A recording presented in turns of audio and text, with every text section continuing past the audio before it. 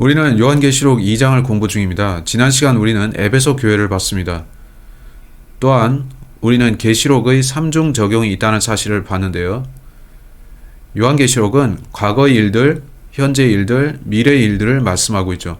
우리는 지금 크리스마스 시즌에 접어들었는데 찰스 디킨스의 스크루지, 크리스마스의 유령이라는 소설이 과거의 크리스마스, 현재의 크리스마스를 다룬다는 게 재밌지 않나요? 오케이, 성령, 홀리 고스트께서 과거, 현재, 미래를 다루시는데 그건 놀랍죠. 우리는 7교회의 3중 적용에 대해서 봤습니다. 그 7교회는 요한 당시의 7교회였으며 에베소 교회는 바울이 시작했습니다. 서머나는 에베소와 아주 가깝기에 그 교회도 바울이 시작한 것 같고요. 아주 가깝습니다. 또한 그것은 교회 시대의 7기관들이기도 한데 그것도 우린 봤습니다.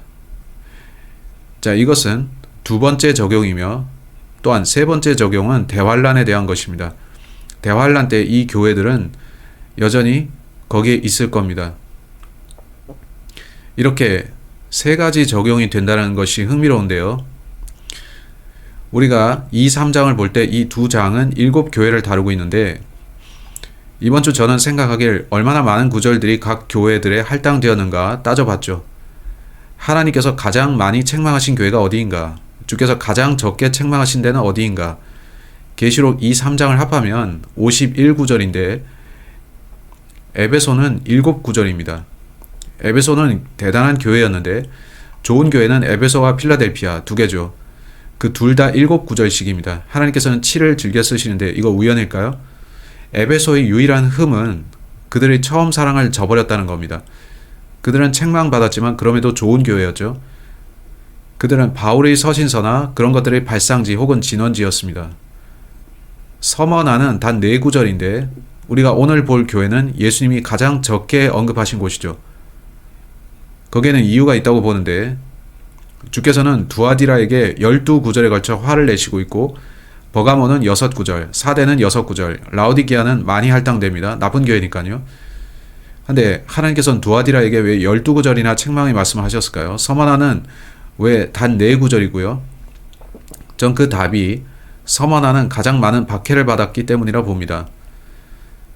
그들은 이미 상처투성이었기에 주님께서 그들에게 더 상처 주지 않으시려고 이건 되게 흥미로운데 두아디라는 가장 많이 책망받고 서머나는 가장 적게 책망받는다는 것입니다. 어떤 의미가 있지만 전 잘 모르고 어쨌든 흥미롭습니다.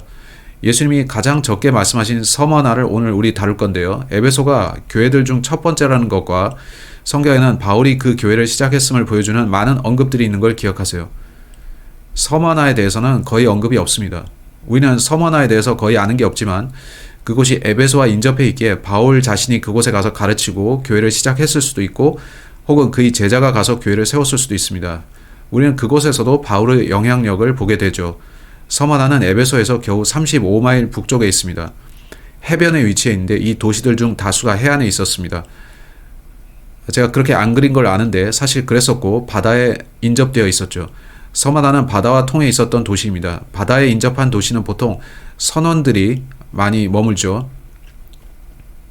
일반적으로 뱃사람들은 험악하고 악한 성질인 경우가 많죠. 그곳은 에베소에서 35마일 정도 북쪽이었다 말씀드렸습니다.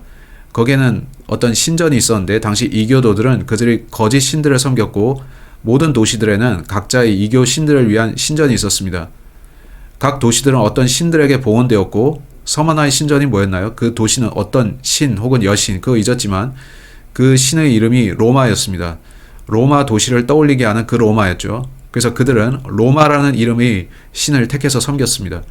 그건 로마를 떠올리게 하고 믿거나 말거나 그곳은 다른 도시들에 비해 로마에 대한 충성심이 가장 돈독한 도시였습니다. 그것은 로마에 아주 가까운 도시였기에 그곳 사람들은 로마를 좋아했고 로마도 서머나를 좋게 봤습니다.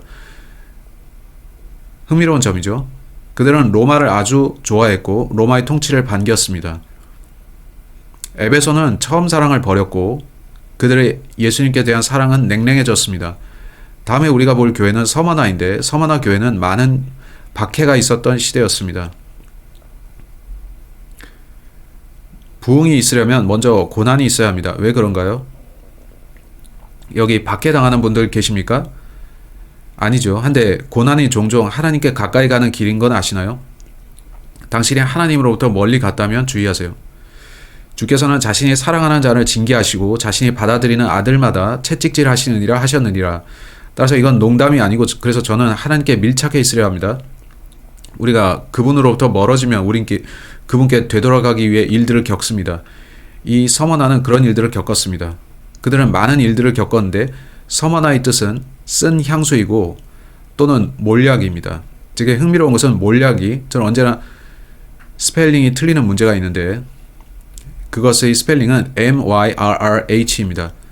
MYRRH more 서머나의 뜻은 쓴 향수 또한 그 뜻은 몰약입니다. 그것은 어떤 쓴 허브이거나 이상한 향수였겠죠. 그건 고통을 의미합니다. 몰약은 쓴 허브인데 그것은 알로에와 함께 치료에 썼습니다. 그건 사람의 면역계통을 돕기도 하는데 그걸 아셨나요? 옛날 사람들은 면역계를 돕는 데 있어 몰약을 썼습니다. 오늘날 우리는 어떤 아연이나 다른 것들, 엘더베리 차나 그런 걸 쓰지만 로라는 팅크 약재에 약간의 몰약을 갖고 있었죠. 이 연구를 시작하면서 저는 몰약에 대해 찾았는데 저는 몰약에 대해 더 많은 걸 알고 싶다 했습니다. 그녀는 유리잔을 들고 나왔고 우리는 거기에 몰약을 약간 뿌린 다음에 마셔봤습니다. 여러분 그건 정말 썼는데 아주 쓰더군요. 근데 이유는 모르겠지만 기분은 좋아졌는데 앞으로 몰약을 종종 마시게 될 것 같았죠. 그녀는 당신이 몰약과 함께 알약을 먹을 수 있다 했습니다. 몰약은 자연에서 얻는데 몸에 좋습니다. 그것은 면역계와 여러 부분을 돕습니다. 몰약이 그렇게 좋다는 건 누가 알았을까요? 제가 그걸 설명하자면 그 맛이 어떤가 하면 여러분 모르실 수도 있지만 여러분이 포도씨 추출물을 드셔보셨다면 온두라스에서는 상점에 가면 건강회복제로서 포도씨 추출액을 살 수 있었습니다. 그 포도씨 추출액을 물에 약간 떨어뜨려서 마십니다.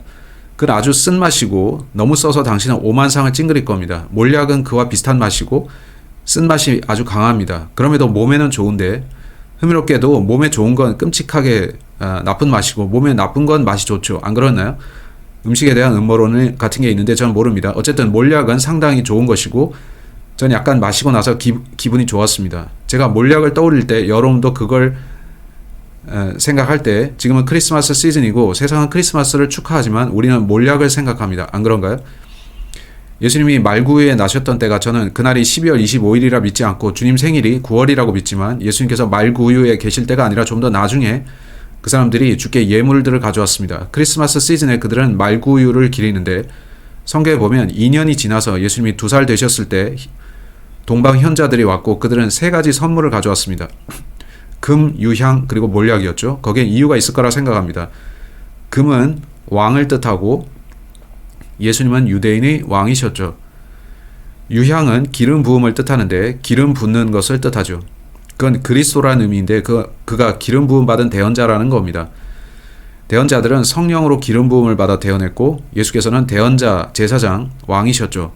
몰약은 뭔가요? 몰약은 보통 장례에 쓰였는데 사람이 죽으면 시체에 몰약을 썼고 그들은 사체를 보존하는데 그걸 사용하곤 했죠. 제사장의 일이 무엇이냐? 그는 어떤 일에 종사합니까? 이런 말하기 그렇지만 그의 일은 짐승 제물을 잡는 것이고 그런 일을 하죠. 그들은 타인의 죄들을 위해 짐승을 죽이면서 매일 죽음을 받습니다. 예수님은 대언자, 제사장, 왕이셨는데 그것은 이 3가지 선물, 금, 유향, 몰약과 일치합니다. 또 흥미로운 것은 몰약이란 단어가 킹제임스 성경에 17번 나온다는 겁니다. 잠언으로 갑시다. 서머나에 대해 보기 전에 우리는 그 의미인 쓴 향수를 보겠는데 향수는 냄새를 맡기 위한 거죠. 향기를 맡는 것.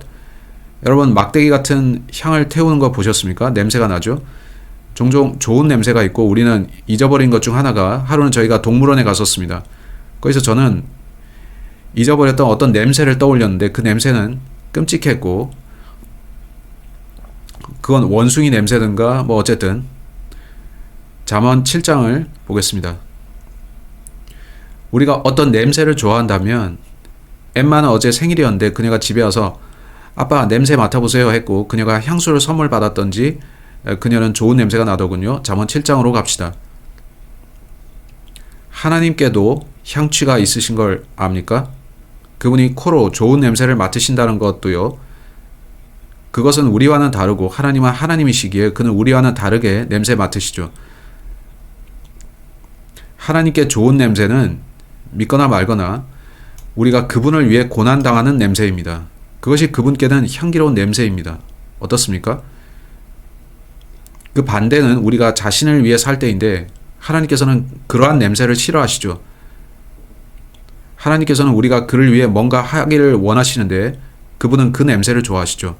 우리도 좋은 냄새를 선호하듯이 오늘 아침 오면서 시나몬 냄새를 맡았는데 냄새 좋다 했죠. 근데 우리가 똥 냄새 맡으면 어떤가요? 냄새 싫어 하는데 따라서 좋은 냄새 있고 나쁜 냄새 있습니다. 좋은 냄새입니다. 예, 잠언 7장을 보세요. 거기서 몰약에 대해 어떤 말씀하는가? 잠언 7장 17절.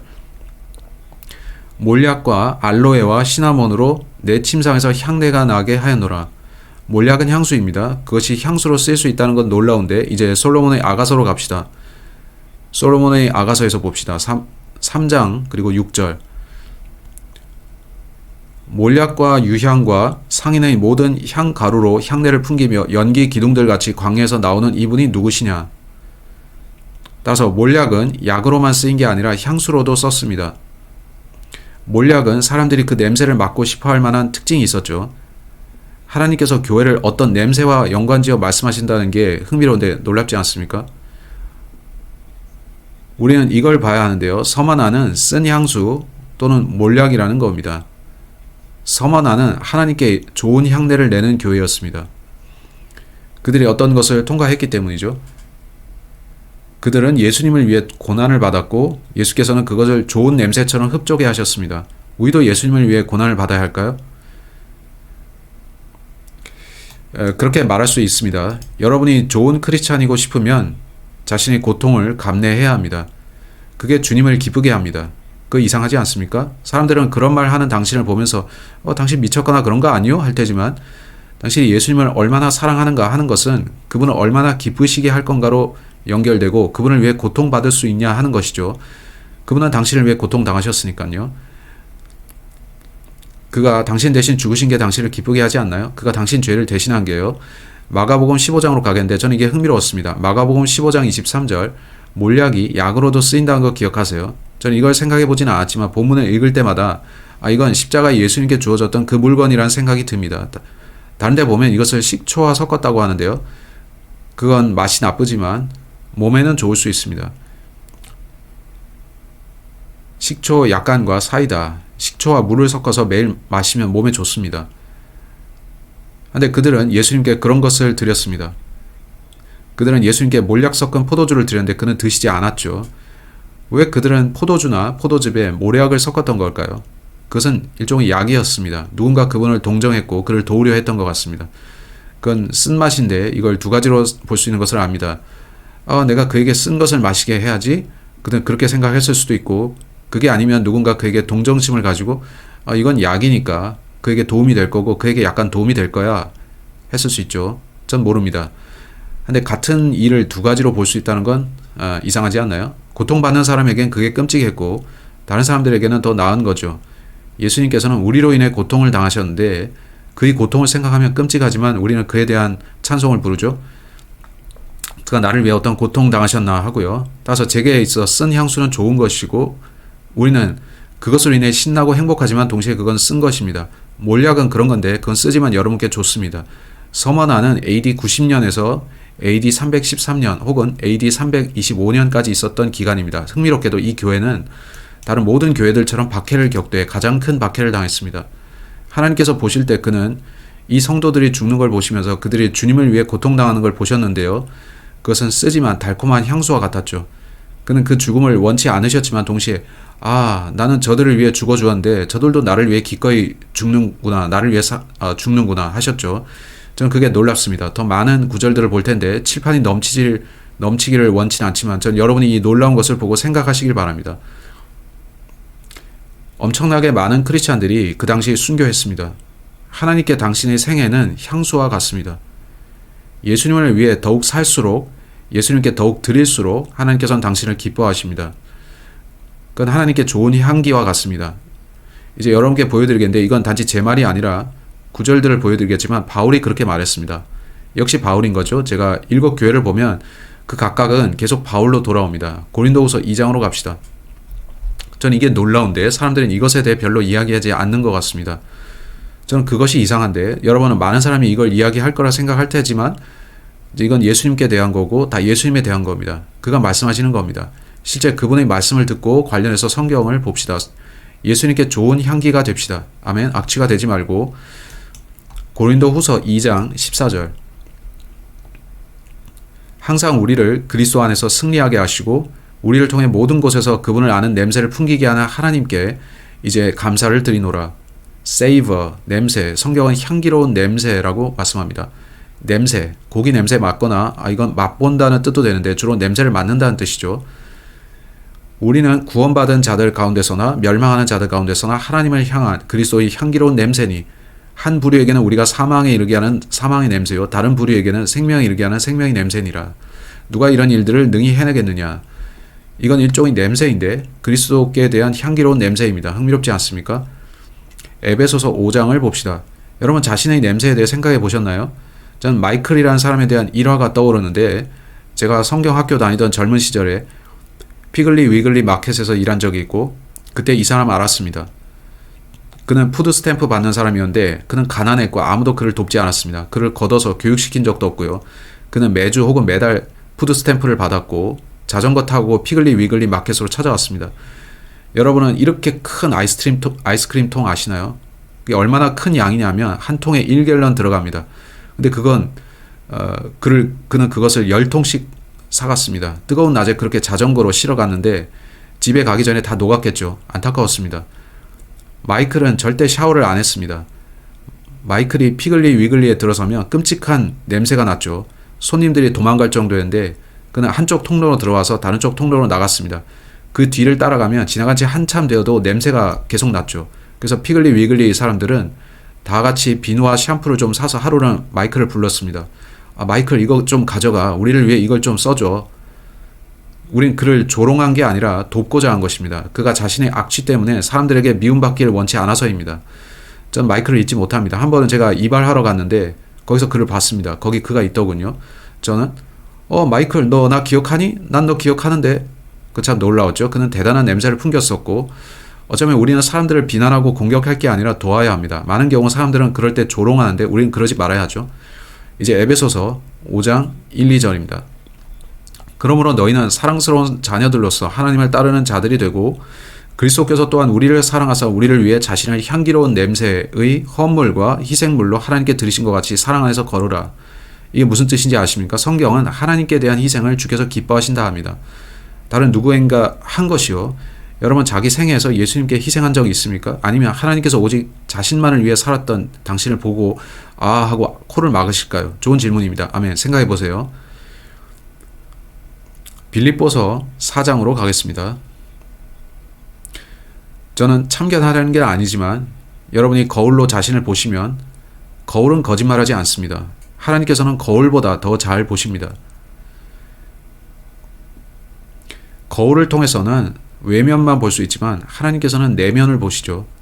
그가 당신의 내면을 보실 때 그가 기뻐하실 만한 게 보일까요? 아니면 그렇지 않은 게 보일까요?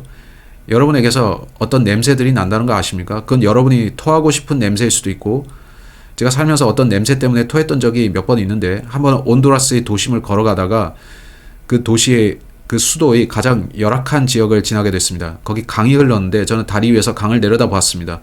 온통 쓰레기가 떠다니는 걸 봤고 저는 우욱 했습니다. 그 냄새가 너무 지독해서요. 다른 한 번은 어떤 다른 사람이 토하는 걸 봤는데요. 저는 온두라스에서 버스를 타고 5-6시간 산길을 오르내리며 달리는 중이었습니다. 버스 안에는 인디언들이 타고 있었는데 그들은 버스를 잘 타보지 않은 것 같았습니다. 그들은 아이들을 데리고 다녔는데 산길을 이런 식으로 구불구불 되어 있죠. 가고 있는데 아이들이 갑자기 우엑 하면서 버스 안에 토했습니다. 오케이. 산길을 오르락 내리락 하는데 그 토사물이 사방으로 퍼졌죠. 저는 그걸 밟지 않으려고 발을 들어 올려야 했고 그 냄새는 제가 맡은 것 중 최악의 냄새였습니다. 우리는 좋은 냄새를 맡고 싶어 하는데 안 그렇습니까? 향기로운 냄새를 좋아하죠. 빌립보서 4장 18절 갑시다. 더욱이 내게는 모든 것이 있고 더 풍부하니라.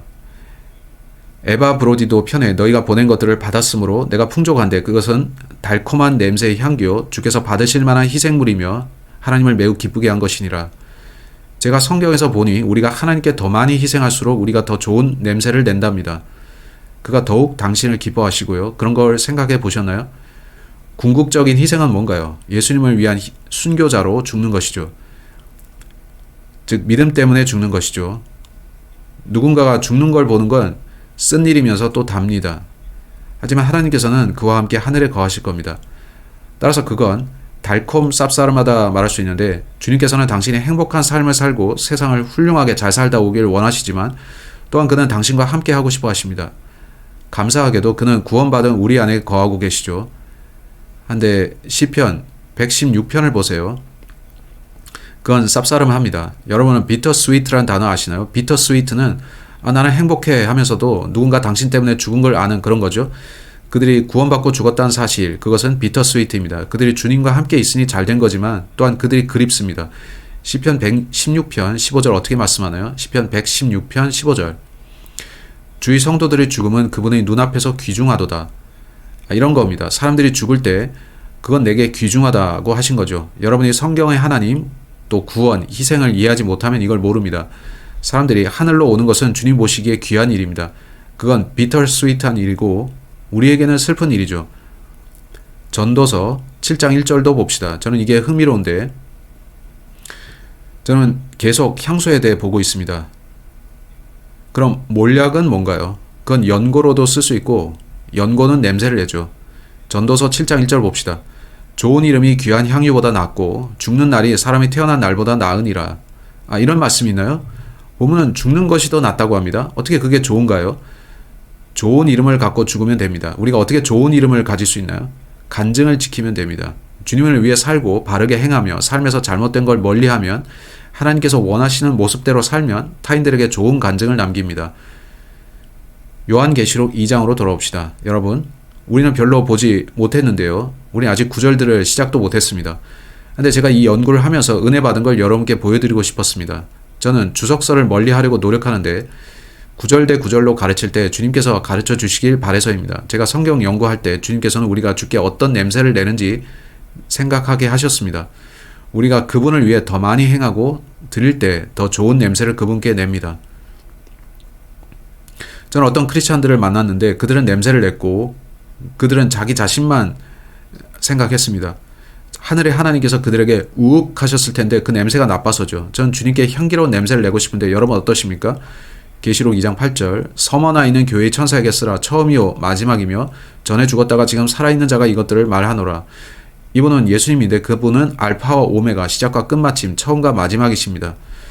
전에 죽었다가 지금 살아있는 하나님께 감사하게도 그는 살아계십니다. 저는 이런 찬송이 기억납니다. 하나님은 죽지 않으셨네. 그는 살아계시네. 하나님께 감사하게도 예수님은 지금 살아계십니다. 그분은 죽은 자들로부터 일어나셨습니다. 교회들에게 이걸 보내시는 그분은 죽은 자가 아닙니다. 살아계신 분이 교회들에게 이걸 쓰셨습니다. 그는 뭔가 아신다고 하는데 예수께서는 이런 것들을 아신다고 합니다. 네 가지죠. 내가 내 행위와 환난과 궁핍을 알며 그러나 내가 부유하도다. 또 스스로 유대인이라 하나 유대인이 아니요 사탄의 회당인 자들의 신성 모독을 아노라. 회당이란 게 뭐냐면 유대인들이 모이는 경배 장소입니다. 사탄의 회당이라 하면 역사에서 우리는 매우 흥미로운 것을 봅니다. 서머나 기간 중에 어떤 교리가 생겼는데 지금은 그것이 로마 카톨릭 안의 교리가 되었죠. 그것은 교회와 국가가 연합하고 소위 기독교계가 된 것입니다. 그 교회가 한 일이 꽤 흥미롭습니다. 그들은 유대인들에게 속한 것들을 가져다가 자신들에게 돌렸습니다. 그들은 하나님께서는 유대인들과 끝내셨다. 유대인들에게 주어졌던 약속은 다 우리 차지이다 하면서 대체 신학 같은 것을 주장했습니다. 그런 일이 시작되었는데 이상하지 않습니까?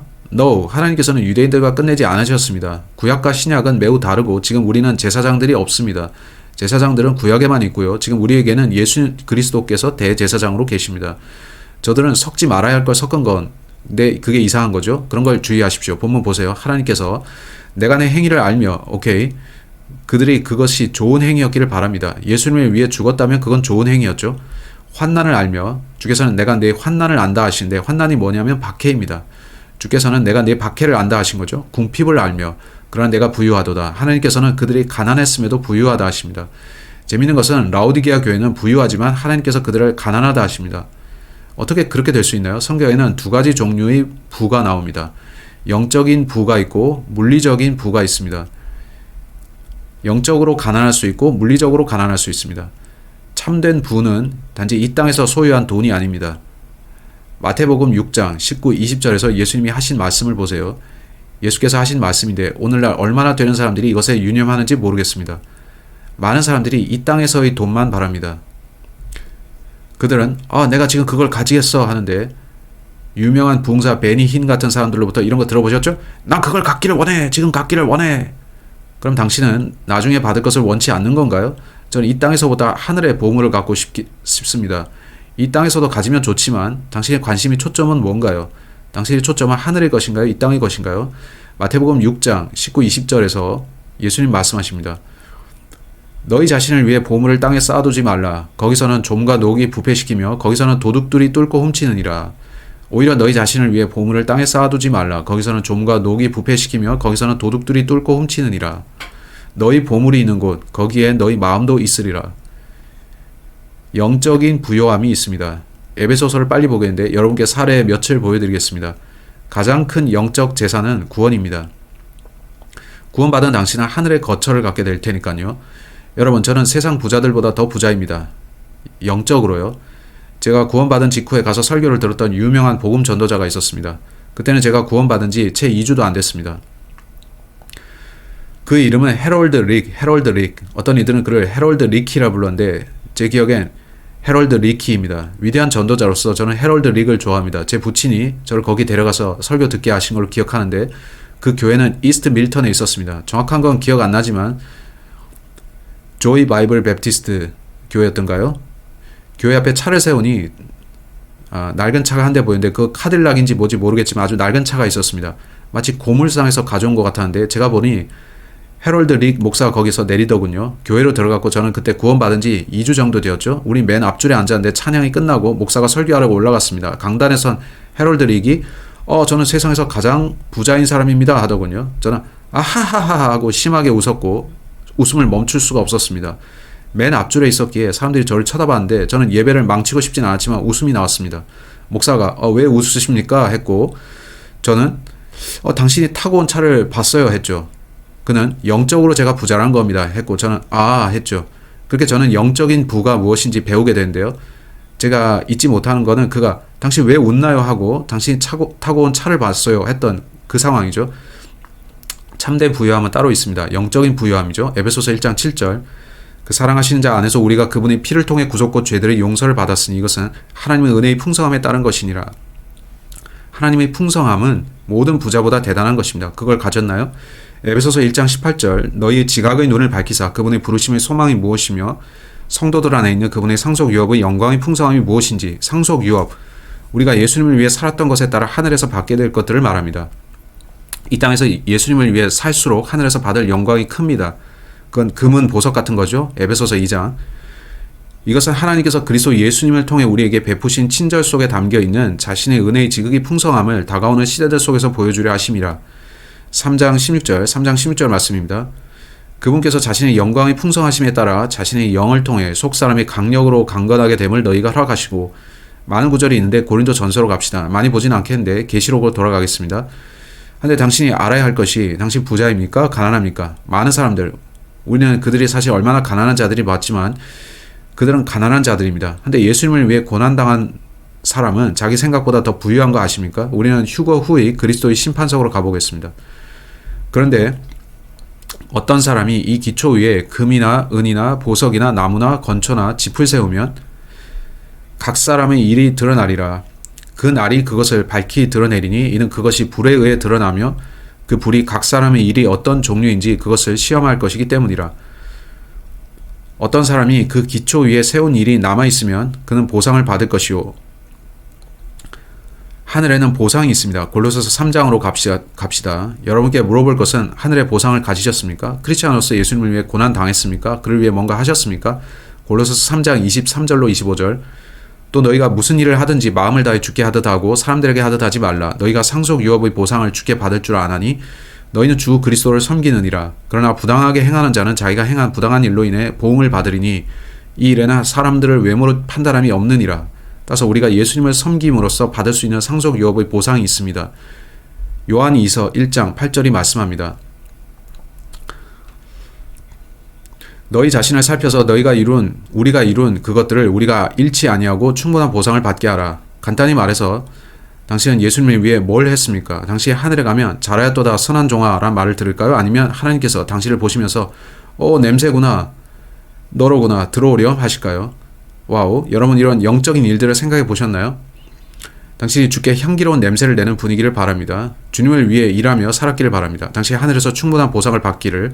이제 요한계시록 2장 9절 내가 내 행위와 환난과 궁핍을 알며 그러나 내가 부유하도다. 하나님께서는 네가 물리적으로는 가난하지만 너희 생각보다 너는 부유하다 하신 거죠. 3장 17, 18절과 대조를 이룹니다. 라오디게아를 봅시다. 라오디게아가 어떻게 말하는지 보세요. 그 교회가 말합니다. 나는 부자며 재산을 불렸으므로 아무것도 부족한 것이 없다 하면서 내 비참한 것과 가련한 것과 가난한 것과 눈먼 것과 벌거벗은 것을 알지 못하기 때문이라. 하나님께서는 네가 부유하다고 자랑하지만 영적으로는 매우 빈곤하다 하십니다. 내가 내게 권고하노니 너는 내게서 불로 정제한 금을 사서 부유한 자가 되고 진짜 영적인 부를 가지란 거죠. 흰옷을 사서 입어 내 벌거벗은 수치를 드러내지 말며 내 눈에 안약을 바르서 볼지니라. 이상하지 않습니까? 계시록 2장으로 돌아와서 하나님께서는 다 보시고 다 아십니다. 많은 사람들이 가장하는데 pretense란 가식이란 단어가 어디서 왔는지 아십니까? pretend, 가장한다는 데서 왔죠. 많은 이들이 크리스찬을 가장하는데 많은 현대 기독교인들이 번영복음을 가르칩니다. 저는 번영복음을 싫어하는데 그것을 통해 부유해지는 자들은 결국 목사들 뿐입니다. 그렇죠? 돈을 추구하면 안 되고 이 땅의 부유함을 추구하면 안 되며 하늘의 것을 구해야죠. 돈만 이야기하는 그 목사들 경계하세요. 그들은 복음 전체를 가르쳐서 회중들이 구원을 통해 하나님의 은혜의 풍성함을 누리게 하지 않습니다. 2장 9절 내가 내 행위와 환난과 궁핍을 알며 그러나 내가 부유하도다. 또 스스로 유대인이라 하나 유대인이 아니요 사탄의 회당인 자들의 신성모독을 아노라. 이 교회의 어떤 자들은 신성모독을 했습니다. 그들이 신성모독한 건 하나님으로부터 돌아섰기 때문입니다. 이 교회들 안에서 우리는 구원받은 사람과 떠나가서 다른 것을 가르치는 자들을 보는데 그들이 구원받았을까요? 어쩌면 구원받았지만 그들은 교리를 바꾼 거고 어쩌면 애초에 구원받지 못했죠. 모든 교회가 그렇습니다. 구원받은 자와 아닌 자가 섞여 있습니다. 애석하게도 우리는 목사들조차 구원받지 못한 경우를 봅니다. 전 많은 교회를 방문했는데 200군데 넘는 교회에서 설교했습니다. 최소 4-5번 전 담임 목사가 직접 말하기를 제가 사역을 시작했을 때 저는 구원받지도 못했습니다. 제가 나중에 성경을 읽고 구원받았는데 그때 저는 이전의 제가 종교적이었고 그저 종교 운동을 따르는 상태였음을 깨달았습니다. 저는 그리스도의 대속을 완전히 신뢰하지 않았습니다. 그때 제 행위를 믿었었죠? 하는 걸 들었습니다. 때로 목사가 그런 고백하는 것이 회중에게 받아들여지고 많은 이들이 구원받는가 하면 또 다른 경우에 당신은 초신자로 드러났으니 여기서 나가시오 했죠. 그 목사들이 그런 경험을 통해 바른 복음으로 돌아와 가르치는 경우는 예외적인 경우입니다.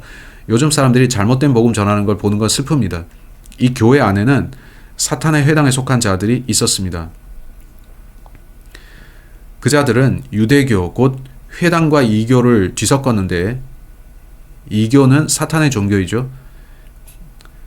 이제 10절을 보십시오. 내가 장차 당할 그 일들 중 어떤 것도 두려워하지 말라. 보라 마귀가 너희 중 몇 사람을 감옥에 던져 너희를 시험하리니 너희가 열흘 동안 환난을 당하리라. 너는 죽기까지 신실하라. 그러면 내가 생명의 왕관을 내게 주리라. 귀 있는 자는 성령께서 교회들에게 말씀하시는 것을 들을지어다. 이기는 자는 둘째 사망의 해를 입지 아니하리라. 하나님께서는 너희가 어떤 일을 당할 거라고 하시는데 그건 10일간 있다고 합니다. 저는 역사적으로 과거에 10일간 로마의 강력한 박해가 있었을 수 있다고 생각하고요. 동시에 아주 흥미로운 것은 저 시기 동안 10명의 로마 황제로부터 10번의 박해가 있었다는 겁니다. 그건 이 시기입니다.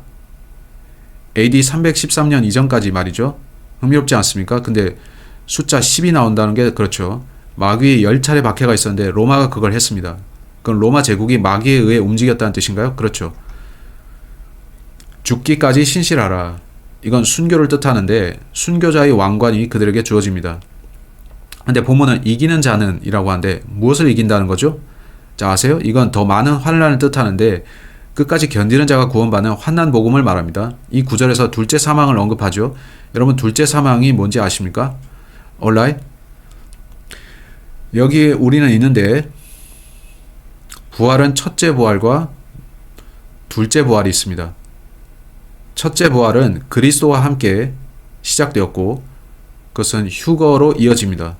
그리스도가 첫 열매 들이시고 첫 열매들 추수 이삭 죽기가 있습니다. 이것이 첫째 부활인데 그들은 육체적으로 무덤에서 일어납니다. 둘째 부활은 천년왕국의 끝에 있는데 지옥에 가 있던 모든 사람들이 어느 날 육체가 부활해서 하나님의 큰 흰 왕좌 심판대 앞으로 소환될 겁니다. 따라서 지옥에 갔던 모든 사람들이 어느 날 그들의 혼이 거기에 있는데 그들의 혼이 거기서 나오면 하나님께서 그들의 육신과 재결합시키실 겁니다. 그걸 아셨나요? 우리가 영광스러운 몸을 입듯이 그들도 자기 몸을 돌려봤는데 다만 그건 영광스러운 몸은 아닙니다. 그들이 하나님 앞에 설 때 혼과 육체를 가지고 심판받습니다. 그 후 그들은 불호수로 던져지는데 그게 둘째 사망이죠. 그들의 몸이 두 번째 죽는 것이기 때문입니다. 몸은 죽더라도 혼은 결코 죽지 않는데 혼은 계속 불탑니다. 여러분은 잃어버린 자들도 어느 날 부활할 거 아셨나요? 그거 아셨나요? 흥미로운 것은 고대 이집트 사람들도 그걸 가르쳤다는 겁니다. 이집트에 있는 그 무덤들 보셨나요? 그 벽 전체가 미이라로 만든 시체를 보존하기 위한 주문과 주술들로 가득한데 그들은 어느 날 자기 몸들이 부활할 거 알았습니다. 그들은 그 지식이 있었지만 그 일은 잠시 동안 일어납니다. 그들은 몸을 갖고 하나님 앞에 서겠지만 곧장 불호수로 던져집니다. 그들도 부활할 겁니다.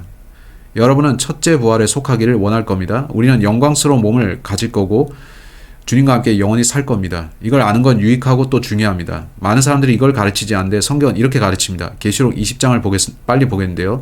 계시록 20장입니다. 전 구절들을 보면서 모든 걸 말씀드리겠습니다. 아멘. 여기는 제가 말하고자 하는 것들이 있습니다. 따라서 우리는 보겠는데 계시록 20장 11절입니다.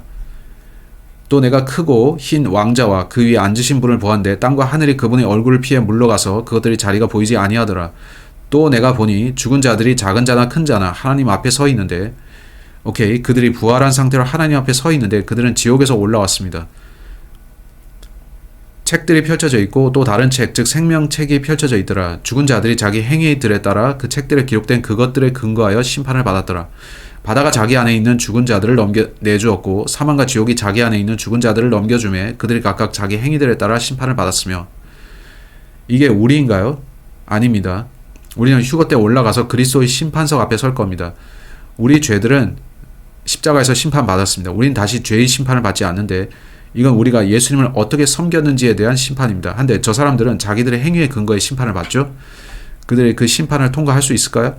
모든 사람이 죄를 지어 하나님의 영광에 이르지 못합니다. 14절이 말씀합니다. 사망과 지옥이 불호수에 던져졌더라. 이것이 둘째 사망이니라. 이것이 그들이 둘째 사망입니다. 누군지 생명의 책에 기록된 것으로 드러나지 않은 자는 불호수에 던져졌더라. 이제 마태복음 10장 28절을 빨리 보겠습니다. 마태복음 10장 28절입니다. 마태복음 10장 28절. 예수께서 하신 말씀인데 예수님이 왜 이 말씀을 하셨는지 말이 됩니다. 그들은 이 구원받지 못한 자들에게 그분은 이 구원받지 못한 자들에게 그들이 어느 날 몸으로 부활할 것이라 하시는데 마태복음 10장 28절입니다. 몸은 죽여도 혼은 죽일 수 없는 자들을 두려워하지 말고 오히려 혼과 몸을 둘 다 지옥에서 멸하실 수 있는 분을 두려워하라. 그렇다면 여러분은 영적인 것들을 신중히 생각해야 합니다.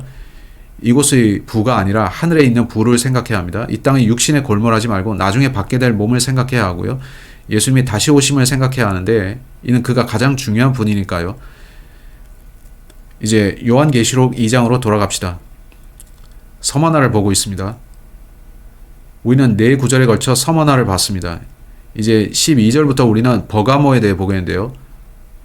버가모의 의미가 뭔가요? 버가모는 숱한 결혼, 많은 결혼이란 뜻인데 버가모는 결혼과 상관이 있습니다. 결혼은 둘을 하나로 결합하는 것이죠. 12절 말씀합니다. 버가모에 있는 교회 천사에게 쓰라. 양날 달린 날카로운 검을 가진 자가 이것들을 말하노라. 이 양날 달린 날카로운 칼이라는 게 뭔가요? 많은 경우에 우리는 물리적인 걸 생각하는데 하나님께서는 영적으로 말씀하시죠. 우리는 하나님께서 칼을 휘두르신다 하지만 이건 영적인 검입니다. 히브리서 4장 12절로 갑시다. 히브리서 4장 12절. 하나님의 말씀은 검입니다. 몇 주 전 우리는 예수님께서 아마겟돈에 오시면 그의 입에서 검이 나온다는 걸 공부했죠. 사람들이 입에서 뭐가 나옵니까? 말들이죠. 하나님의 말씀, 히브리서 4장 12절. 하나님의 말씀은 살아있고 퀵이란 뜻은 살아있다는 거죠. 양날 달리는 어떤 검보다도 예리하여 혼과 영 및 관절과 골수를 찔러 둘로 나누기까지 하고 또 마음의 생각과 의도를 분별하는 분이시니 13절은 대단한 구절입니다. 그분의 눈앞에서 드러나지 아니하는 창조물이 하나도 없고 그분이 누구인가요? 이것의 선행사가 무엇인가요? 성경이죠. 성경을 받고 있죠. 이 책은 여러분을 보고 있습니다. 여러분을 볼 수 있습니다. 여러분이 성경을 읽을 때 성경도 여러분을 보고 있다는 거 아십니까? 성경은 거울과 같아서 여러분을 투영해서 보여주죠. 모든 것이 우리와 상관하시는 분의 눈에 벌거벗은 채 드러나 있느니라. 성경은 검과 같고 거울과 같은데 그것은 망치 같기도 하며 그 외에 많은 것들이 관련되죠. 그래서 우리는 성경을 읽어야 하는데 이 책은 우리가 누구인지를 보여주며 어떻게 해야 우리가 더 개선되고 주를 기쁘게 할지를 알려줍니다. 계시록 2장으로 돌아갑시다. 버가모에 있는 교회의 천사에게 쓰라. 양날 달린 날카로운 검을 가진 자가 이것들을 말하노라. 13절. 여러분, 우리가 이 검을 가진 거 아시죠? 우리는 제대로 가졌습니다. 그들은 아니었을 수 있는데 어쩌면 그들은 바른 말씀에서 돌아섰을 거고 우리는 교회 시대에서 말씀을 변개하기 시작한 자들을 보죠. 어디서 바른 사본이 왔고 어떻게 킹제임스 성경을 통해 그게 우리에게 전달되었는지 봤죠. 또 영지주의자들이 성경을 변개시켰다는 거 알죠. 따라서 어쩌면 하나님께서 말씀하시는지 모릅니다. 나는 내 말씀을 갖고 있는데 넌 왜 없느냐? 이런 질책이 이면에 감춰져 있을 수도 있습니다. 13절에 말씀합니다. 내가 네 행위를 알며 우리가 이걸 보기 전에 이걸 먼저 말씀드리겠습니다. 버가모란 뜻은 많은 결혼들이죠. 역사적으로 이 시기에 국가와 교회의 연합이 있었습니다. 그건 궁극적으로 국가가 주도한 종교가 되는데 그걸 카톨릭이라 부릅니다. 그 당시에 교회를 부를 때 승리한 교회, 보편적 교회 이런 말을 썼었습니다. 그들은 우리 구원받은 사람들이 보편적 교회라고 불렀는데 구원받은 모든 사람이 교회, 곧 그리스도의 몸이라는 것이죠. 그리스도의 몸은 어디에 있나요? 우리 하늘의 처소들에 그분과 함께 앉혀져 있습니다. 우리가 교회 건물을 교회라 하지만 건물은 아무것도 아닌 거 아십니까? 교회를 이루고 있는 건 사람들인데 구원받은 사람들이 교회입니다. 근데 우리 눈으로 볼 때 교회 좌석에 앉은 사람들은 다 교회의 일부라 생각하죠. 구원받지 못한 많은 사람들이 교회 좌석에 앉아 있습니다. 따라서 구원받지 않은 사람들 중 다수가 모여서 새로운 종교를 시작했습니다. 그들은 보편적 혹은 승리안이라는 용어 대신에 카톨릭이라는 말을 쓰기 시작했습니다. 카톨릭의 뜻이 보편적이라는 건데 우리는 저 당시에 카톨릭이라는 용어가 쓰이기 시작한 걸 봅니다. 그들이 시작한 게 뭐냐면 사탄의 회당과 섞인 것이었습니다. 그들은 이교와 섞였고 로마 정부와 섞였죠. 우리는 참된 교회와 거짓 교회가 공존한 것을 봅니다. 거짓 교회는 그들이 교리를 바꿨습니다.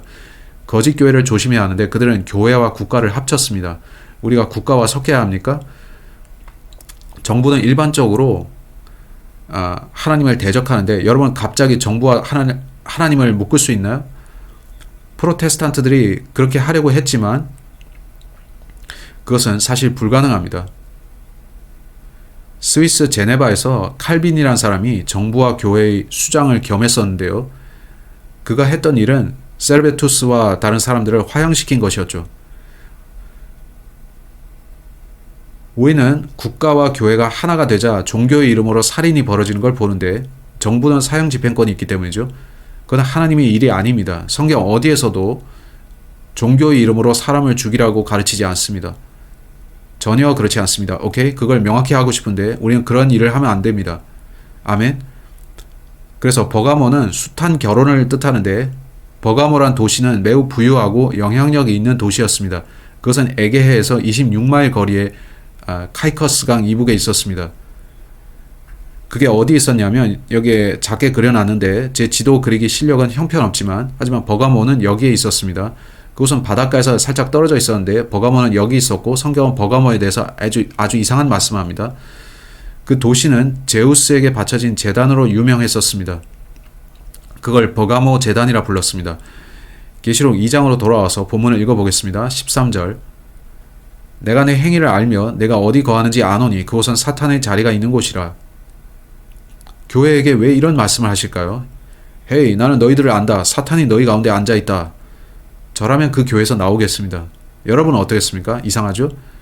그 참 이상한 의미 아닙니까? 역사를 보시면 버가모 도시에 제단이 있었음을 아는데 버가모 제단이라 불렸죠. 그리스 신화에 따르면 제우스와 알크메네라는 여자가 낳은 아들인 허큘리스의 아들 텔레포스가 그 도시를 발견했답니다. 허큘리스는 로마인들에게 헤라클레스라 불렀고요. 소크라테스를 소크라티즈 등으로 부르듯이요. 주피터의 아들 헤라클레스, 제우스는 주피터라는 거죠. 그 신전을 제우스의 제단이라고 불렀었습니다. 버가모 제단이라고도 불렸고요. 이 유인물을 나눠드렸는데 여기서 그것들을 보실 수 있습니다. 이건 정말 이상합니다. 매우 이상하고 이건 꺼림칙한데 성경을 읽어보고 확인을 해보겠습니다. 버가모 제단은 버가모 도시의 중심부에 있었고 그것은 거짓 신 제우스에게 봉헌된 것이었죠. 그 신은 사실 사탄입니다. 그 도시 가운데 있었던 이교 제단, 그들이 최고 신에게 바쳐진 제단이 사탄의 자리였나요? 계시록 2장 13절은 이곳에 사탄의 자리가 있다 합니다. 그 제단은 1800년대 독일인이 발굴했습니다. 그는 그 유적을 본국으로 가져갔습니다. 독일로 가져갔습니다. 그는 그곳의 모든 돌들을 독일로 가져가서 그대로 다시 조립했는데 그 작업이 끝난 1889년은 히틀러가 태어난 해였습니다. 이거 우연일까요? 모르겠습니다. 제가 드린 이 유인물 하단을 봐주십시오. 히틀러는 나치 전당대회를 뉴렌베르그에서 자주 개최했는데 그 장소를 그의 건축가인 알베르트 슈페어가 세웠죠. 알베르트 슈페어는 그가 히틀러의 연설 장소인 이곳을 짓는 데 있어 버가모 재단에서 영감을 받았다고 말했습니다. 그는 성경에 따르면 사탄의 자리인 신전에 영감을 받아서 건축한 겁니다. 우리는 히틀러가 사탄이 아닌 건 아는데 어쩌면 사탄이 히틀러를 인도한 걸 수도 있을까요? 아마 유대인들을 죽이는 데 있어서는 그랬을 겁니다. 근데 더 심각한 건 왜 오바마 대통령이 그가 취임하기 전에 선거 운동할 때 독일에 가서 버가모 신전이 있는 그 장소를 찾았던 걸까요? 왜 그는 버가모 재단 모양으로 세워진 그 무대에서 연설했을까요? 왜 그렇게 했던 걸까요? 왜 미국인이라면 다른 나라를 가서 헤이 저 찍어주세요 하겠냐는 거죠. 첫째로 그건 잘못된 겁니다. 둘째, 왜 그는 히틀러의 연설 장소에 갔을까요? 자신을 히틀러처럼 보이고 싶은 건가요? 셋째, 왜 그는 사탄의 자리처럼 생긴 무대에서 연설했나요? 그건 정말 이상하고 이상했습니다. 어떤 친구들이 제게 오바마와 관련된 영상들을 보내줬는데 그건 정말 이상했고 저는 그 영상을 설명란에 링크로 남기겠습니다. 한번 보시기 바랍니다. 이렇게 말이 되지 않는 많은 것들이 있고 왜 그는, 제 말은 크리스찬이라면 그런 재단에 가까이 가지 않을 거고 그런 것을 고스란히 옮겨다가 다시 세우지도 않겠습니다. 그건 완전히 파괴시켜야 마땅한 건데 그걸 다시 세웠다는 것도 이상한 거죠. 버가모에는 버가모 재단이라는 게 있었습니다. 그건 주피터 혹은 제우스, 실제로는 사탄에게 봉헌된 것이었죠. 그게 지금은 독일 베를린의 박물관에 있고요. 1864년 독일의 공학자 칼 후만이 그 재단을 발굴했고 돌들을 독일로 가져갔습니다. 그는 그걸 그대로 다시 세웠는데 그 완성된 게 1889년입니다. 1930년 베를린 박물관이 대중에게 오픈되었고 그 나치 집권기 그 당시였죠. 그 후 알베르트 슈페어가 뉴렌베르크의 퍼레이드장을 지을 때 그 재단을 컨셉으로 만들었습니다. 여기 그 형태가 나오는데요. 버가모 재단을 떠올리게 하는 그 형태죠. 그는 거기서 영감받아서 지었다고 했습니다. 사탄의 신전에서 영감받아 그걸 세웠다고요? 하하, 오케이. 이 참 이상하고 무서운 일이죠. 이렇게 국가는 사탄을 추종합니다. 히틀러는 사람들로 하여금 자신에게 맹세하게 하는 일을 자주 했습니다. 이상하지 않나요? 그들에게 맹세하게 했다는 거요. 이제 오바마는 자신의 선거운동을 독일에서 시작했는데 버가모 재단처럼 생긴 곳에서 연설했습니다. 현대인들도 사탄의 권능을 힘입고 싶어 하는 건가요? 네, 그렇습니다. 우리는 권력을 원할 때 그의 재단을 짓겠다 하는 건가요? 성경은 그곳이 사탄의 자리라는데 거기서 힘을 얻겠다는 걸까요? 이거 우연일 리가 없습니다. 이상한 것은 역사를 보시면 그들이 이런 장소를 다시 찾아낸다는 겁니다.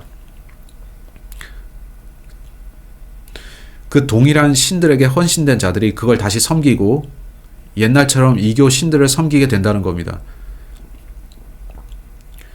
예를 들자면 여러분 썰에 대해 들어보셨나요? 여기 나오는데 제가 다른 유인물을 드렸죠? 여기 한번 보세요. 크리스찬들은 CERN, 썰에 대해서 성경적으로 알아야 합니다. 썰은 거대한 강입자 충돌기입니다. 그것은 세계에서 가장 크고 강력한 입자 가속기가 위치해 있습니다. 사람이 만든 것 중에 가장 큰 기계장치이고 그건 유럽에 있으며 17마일에 걸쳐 원형을 이루고 있습니다. 지하 574피트에 있는데 썰의 로고를 보세요. 623이 있습니다. 623, 666 이거 아무것도 아닐까요? 이 기계는 거대한 눈처럼 보이지 않습니까? 그게 뭘 상징하는 걸까요?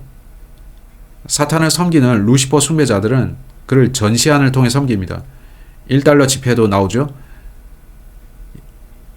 여러분이 썬에 가보시면 그 건물 앞에 이러한 형상이 서 있습니다.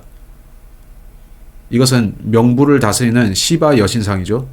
이게 뭔가요? 그들은 왜 명부의 거짓 신을 여기 뒀나요? 그들이 계시록 9장 14절에 나오는 네 천사들을 풀어주려는 걸까요? 요한계시록 9장 14절 봅시다. 계시록 9장 14절 나팔을 가진 여섯째 천사에게 말하기를 큰 강 유프라테스에 묶어둔 네 천사를 풀어주라 하더라. 이에 네 천사가 풀려나는데 그들은 어느 해 어느 달 어느 날 어느 시에 사람들이 3분의 1을 죽이려고 예비된 자들이더라. 땅 밑에는 뭔가 있습니다. 이 장 전체를 읽을 수는 없지만 이 장의 도입부를 읽어보시면 구덩이에 있던 무엇들이 올라옵니다. 11절을 보시면 그것들을 다스리는 왕이 그것들에게 있었는데 그는 바닥 없는 구덩이의 천사이니라. 그 이름은 히브리 말로는 아바돈이지만 그리스 말로는 그가 아폴로온이란 이름을 가졌더라.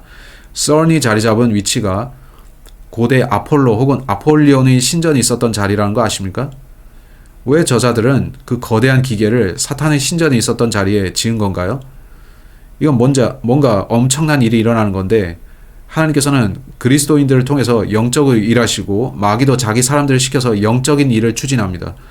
썰은 입자 가속기입니다. 그게 뭘 하는 건지 아십니까?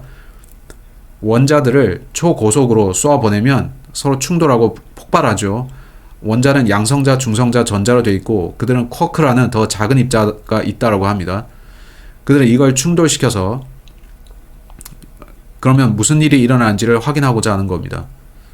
혹자는 저들이 암흑 물질을 제조하고 있다고 하고 다른 이들은 저들이 세상을 멸망시키려 한다고 하는데 원자들을 분해시키면 원자폭탄이 되죠. 이게 뭐든지 간에 위험한 건 사실입니다. 일어나서는 안 될 일이고요. 이 강입자 충돌기, 입자 가속기는 스위스 제네바 근처에 있습니다. 그 마을은 로마 시대에 아폴리 아이콘이라 불렸습니다. 거기에 아폴로스, 아폴로 혹은 아폴리온의 신전이 있었기 때문입니다. 이건 명부에 있는 파괴의 신입니다. 이게 썰의 지도인데 오른쪽 보이시죠? 여기에 아틀라스가 보이실 텐데 아틀라스가 누구였는지 아세요?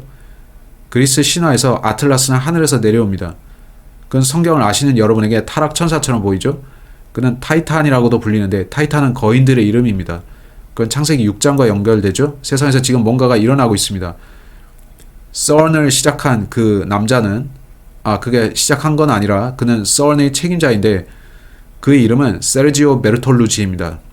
사람들이 당신은 여기서 뭐 하십니까? 왜 여기서 원자 충돌 실험 하시나요? 하니까 이렇게 답합니다. 세르지오 베르톨루치는 말하기를 뭐라고 합니까? 거대 강입자 충돌기를 통해서 다른 차원으로 통하는 문을 열 수 있고 이 문에서 어떤 존재가 나오는지 또 우리가 거기로 들여보낼 수도 있다는 걸 알려고 합니다. 저들은 계시록 9장을 성취하기 위해 일하고 있는 것 아닙니까? 읽을 시간은 없지만 좀 더 보겠습니다. 계시록 9장이 어떻게 말씀하나요? 1절입니다. 다섯째 천사가 나팔을 분 뒤에 내가 보니 별 하나가 하늘로부터 땅으로 떨어졌는데 그에게 바닥 없는 구덩이 열쇠가 주어졌더라. 그가 바닥 없는 구덩이를 여니 그 구덩이에서 큰 용광로의 연기 같은 연기가 올라오므로 해와 대기가 그 구덩이 연기로 인해 어두워졌고 또 메뚜기들이 연기 속에서 나와 땅 위로 올라오는데 땅에 있는 정갈들의 권능과 같은 권능이 그것들에게 주어졌으며 또 그것들이 땅의 풀이나 푸른 것이나 나무는 하나도 해치지 말고 오직 이마 안에 하나님이 인이 없는 그 사람들만 해쳐야 한다는 명령이 그것들에게 내려졌더라. 또 그것들이 그들을 죽이지 말고 그들에게 5달 동안 고통을 주라는 명령이 그들에게 내려졌는데 그것들이 주는 고통은 마치 전갈이 사람을 쏠 때 주는 고통과 같더라. 다른 차원에서 오는 존재와 만나고 싶습니까? 아니죠. 근데 11절에 보면 그들은 자기들의 왕 사탄 아폴리온을 섬깁니다. 8절을 보세요. 8절의 끝입니다. 그것들의 이빨은 사자 이빨 같더라. 그것들은 괴물입니다. 또 철 흉갑 같은 흉갑이 그것들에게 있었고 그것들의 날개 소리는 전쟁터로 달려가는 많은 말들의 병거 소리 같았으며 또 정갈과 같은 꼬리가 그것들에게 있었고 그것들의 꼬리들에 쏘는 침이 있었는데 그것들의 권능은 사람들을 5달 동안 해치는 것이더라. 그들에게 왕이 있다는데 누구죠? 사탄입니다. 그렇다면 저 사람들이 사탄의 제단 아폴로 혹은 아폴리온이 있는 장소로 간 게 우연일까요? 그들은 이곳에 큰 시설을 짓고 차원의 문을 열어보자 한 건데 어쩌면 그것들이 나올 거고 그렇게 하면 안 되는 것입니다. 한데도 그들은 수십억 달러를 들여서 그런 일을 진행 중입니다. 그들이 서울에서 하는 일이 뭔가요? 보셨는지 모르겠지만 온라인에 보시면 시바 여신을 위한 춤을 추고 있습니다. 이교도들은 시바 여신을 위해 춤을 췄는데 여러분 선 댄스를 보셨나요? 저들이 서울에서 춤추는 거 봤나요? 시바 여신에게 바쳤던 그 춤입니다. 그들이 서울에서 하는 일이 뭔가요? 마귀들과 타락천사들을 숭배하는 건가요? 이거 보세요. 저는 놀랐습니다. 이교도들이 자기들의 우상들을 신전에서 숭배할 때 성경적으로 그들이 뭘 섬긴 건지 아십니까? 그들은 악령들, 즉 마귀들을 섬겼습니다. 고린도 전서 10장으로 갑시다. 저들은 우상을 세웠는데 왜 거기 서원의 입구에 거대한 시바 여신상이 있나요? 이거 보세요. 저는 더 보기를 원하는데 여러분이 서원에 대해서 더 아시기를 원합니다. 고린도 전서 10장 19절 바울이 말합니다. 모든 이교도들은 자기들의 제단들에서 우상을 섬겼고 거기서 희생물을 바쳤습니다. 고린도 전서 10장 19절로 20절입니다. 그러면 내가 무엇을 말하느냐? 우상이 무엇이라도 되며 우상들에게 희생물로 바친 것이 무엇이라도 된다고 말하느냐? 아니라 오히려 나는 이것을 말하노라. 즉 이방인들은 자기들이 희생물로 드리는 것들을 하사님께 희생물로 드리지 아니하고 마귀들에게 드리느니라. 더러운 영들이죠. 난 너희가 마귀들과 교제하는 것을 원치 아니하노라. 크리스찬인 우리가 이런 종교 행위에 참석해야 하나요? 바울은 우리가 크리스찬으로서 세상과 그들의 행위에 동참하지 말라고 합니다. 저들은 문자적으로 마귀들을 불러들이려 합니다. 크리스찬으로서 저는 그렇게 보이는데 그래서 저들은 고대의 마귀를 숭배한 그 장소에 간 거죠. 동일한 마귀들이 지금도 존재합니다. 지난 2000년간 그들은 우리를 섬겨줄 누군가가 없을까 하고 있었는데 이제 저들이 나타나니까 마귀들은 야 신났다 우리가 다시 숭배를 받겠구나 하겠죠. 우리는 세상이 기독교를 떠나서 이교로 되돌아가는 걸 봅니다. 우리는 배교를 보고 있습니다. 마귀가 다시 권세를 잡는 것도 보고 있고요. 와우 이런 일이 일어나다니. 한데 우리는 이때에 살고 있고 이제 사람들은 초기 기독교가 반대했던 그것으로 되돌아갑니다. 썰는 악한 것입니다. 저는 그것으로부터 떨어져 있고자 하는데 전 사람들이 썰을 분별해야 된다고 봅니다. 아멘. 이렇게 우리는 이교의 재등장을 보고 있고 사람들은 동일한 거짓 신들을 그것들이 있던 그 장소, 그 신전 자리에서 숭배하려 합니다. 2000년 전에 이교도들이 거기서 했던 것처럼요. 저는 그런 곳에서 유아 인신 제사가 드려졌던 것을 생각하기도 싫습니다. 거기서 피를 마셨는데 음행도 행해졌겠죠. 그렇게 세상은 끔찍한 장소입니다. 저들이 다시 그런 일을 시작한다고 상상해 보세요. 그래서 저는 휴거를 간절히 기다리는데 그 일들이 일어날 때 이 땅에 저는 있고 싶지 않습니다. 바울이 자신의 때에 보았던 게 뭔지 생각해 보세요. 그 다음 구절에서 볼 것인데 계시록 2장으로 돌아갑시다. 바울은 에베소에서 설교했었고 이 모든 장소들에서 악한 일들이 벌어졌었습니다. 신전에 가보면 거기서 음행이 있고 또 임신하게 되는데 그녀가 돌아가서 1년 뒤에 아기를 낳으면 그 거짓 신에게 그걸 바칩니다. 그런 걸 보면 화가 나지 않겠나요? 저는 바울이나 다른 사도들이 그것에 대해 의분을 품은 게 보이는데 그러면 안 된다고 했겠죠. 예수께서는 우리가 우리 자신을 그분께 바치기를 원하시지 다른 사람들 특히 무죄한 자들을 죽이라고 하지 않으십니다. 계시록 2장으로 돌아와서 12절 버가모에 있는 교회의 천사에게 쓰라. 양날 달린 날카로운 검을 가진 자가 이것들을 말하노라. 이제 13절입니다. 내가 네 행위를 알면 내가 어디 거하는지 아노니 그곳은 사탄의 자리가 있는 곳이라. 사탄의 자리가 거기 있었고 히틀러는 그걸 사용했고 오바마도 그 장소로 갔습니다. 오바마는 사탄의 사람인가요? 그가 연설할 때 Yes we can 이라 했던 거 기억하시나요? 그거 거꾸로 들으면 이거 진짜인데 제가 직접 해봤고 Yes we can은 컴퓨터에서 거꾸로 돌려받았습니다. 그러니까 Thank you 사탄이 나오더군요. 참 이상한데 안 그런가요? 유튜브에서 관련한 영상들이 있으니 찾아보세요. 내가 내 행위를 알며 내가 어디 거하는지 아노니 그곳은 사탄의 자리가 있는 곳이라. 내가 내 이름을 굳게 붙잡고 감사하게도 그 도시에 선한 크리스찬들이 있었습니다. 안디바가 나의 신실한 순교자가 되어 너희 가운데서 곧 사탄이 거하는 곳에서 죽임을 당한 그 당시에도 나의 믿음을 부인하지 아니하였도다. 두 번에 걸쳐 사탄이 있는 장소라고 하고 있죠. 몇 가지 볼 게 있는데 잠시 안디바에 대해 보겠습니다. 사탄이 버가모에 대해 말하고 있었습니다. 이게 뭔가요? 사도 바울이 마귀가 거기 있다고? 좋다. 그가 있는 곳에 가서 내가 사람들을 주님께 인도하겠다. 그러면 그가 화가 나겠지? 했을 것 같은데 여러분 바울이 어떤 식으로 했는지 아세요? 그는 가장 사악한 장소로 곧장 가서 많은 이들이 그러지 않았는데 그가 얼마나 담대했습니까? 이제 안디바는 누구인가요? 역사를 보시면 그 당시에 살았던 실제 인물인데 그는 사도 요한의 제자였습니다. 그의 이름이 안디바였고 그는 도미시안 통치 때인 AD 92년경에 죽었습니다. 이것 또한 요한계시록이 AD 95년에서 100년 사이에 기록되었어야 한다는 증거입니다. 이 사람이 그때 죽었기 때문에 그 이전에는 계시록에 기록될 수 없죠. 혹자는 이 사람이 더 일찍 죽었다는데 아닙니다. 제가 찾아본 바로 AD 92년경이라 합니다. 그는 버가모를 다니면서 복음을 전했습니다. 그는 설교했습니다. 너희 이교도들아 너희는 사탄 숭배자들이다. 너희는 악하고 잘못 살고 있다 했는데 버가모인들은 그에게 아주 화가 났고 그래서 그를 붙잡아 재판하고 죽였습니다. 그의 말을 참을 수 없어서였죠. 그는 편견에 찬 자이고 우리를 수용하지 않는다 했죠. 너희들은 사람들을 죽이고 있다 했는데 제가 볼 때 그는 영웅이었습니다. 그는 참된 시민권 운동가였는데 그렇죠? 그는 무고하게 살해당하는 아이들의 권리를 옹호했습니다. 그는 사람들을 염려했고 그들은 그를 죽였습니다. 그들이 뭐라고 했는지 아세요? 그들은 그가 마귀들을 쫓아냈다는 죄목으로 신문했습니다. 그는 다니면서 마귀들을 쫓아냈는데 사람들이 구원받도록 힘썼으며 치유하고 사람들을 마귀의 억눌림에서 풀어줬습니다. 그들은 그걸 싫어했고요. 그는 버가모의 감독 혹은 목사였습니다. 즉 거기에 그의 교회가 있었는데 그는 목사였습니다. 그는 붙잡혀서 재판받았고 이건 다 역사입니다. 흥미롭습니다. 그를 고소한 자들이 이렇게 말합니다. 안디바야, 온 세상이 너를 반대한다. 그건 마치 우리는 너를 증오한다. 너를 죽이고 싶다. 그건 내가 우리의 모든 행동을 반대하고 있기 때문이야. 너는 계속 우리가 악하다고 지적하고 있어. 너는 편견투성이고 너는 포용심이 없어.